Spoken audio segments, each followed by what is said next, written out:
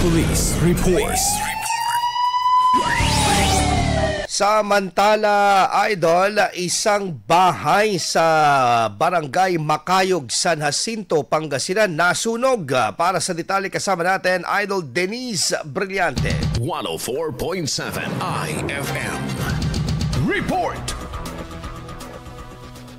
Nasunog ang isang 2 palapag na bahay sa Barangay Macayog, San Jacinto bandang alas 7 ng gabi noong Lunes. Batay sa investigasyon ng Bureau of Fire Protection San Jacinto, nagsimula ang apoy mula sa electrical system ng bahay. Nanggaling po yun dun sa mismong electrical installation. Ayon po dun sa salaysay ng ating mga responding team na medyo malaki na po yung apoy, 60% na po yung natupok doon po sa second floor area. Nagdeklara naman ng fire out ang tanggapan makalipas ang 20 minuto matapos mabilis na marating ang lugar ng sunog. Wala namang naiulat na nasaktan o nadamay sa insidente. Samantala, agad namang nagbigay ng tulong ang Municipal Disaster Risk Reduction and Management Office at Department of Social Welfare and Development sa pagbibigay ng karagdagang suporta sa pamilyang nasunugan. Kaugnay nito, nagpaalala naman ang BFP San Jacinto sa publiko ukol sa mga dapat gawin upang maiwasan ng sunog. Sa ating mga kababayan,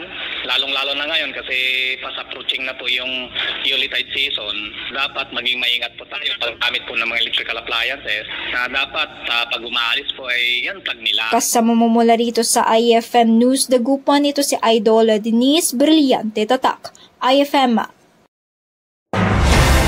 IFM News. IFM News. IFM News.